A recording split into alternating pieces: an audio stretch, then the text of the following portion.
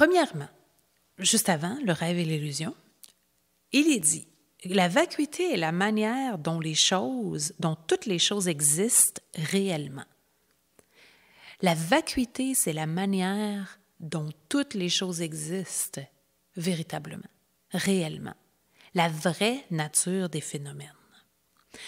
On dit que la vacuité, c'est la manière dont les choses existent par opposition à la manière dont elles apparaissent. Alors là, on revient à notre perception déformée. La manière dont les choses nous apparaissent, ce n'est pas la manière dont les choses existent.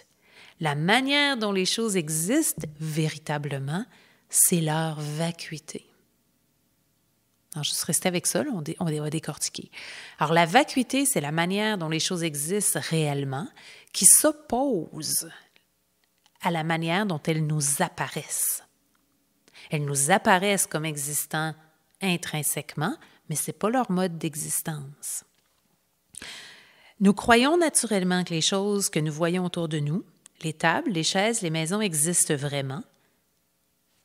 Donc, les mots sont importants. Existent vraiment. Indépendamment, pas tout de suite, on croit qu'elles existent exactement de la manière dont elles nous apparaissent. Comment les choses nous apparaissent comme existant indépendamment de notre esprit?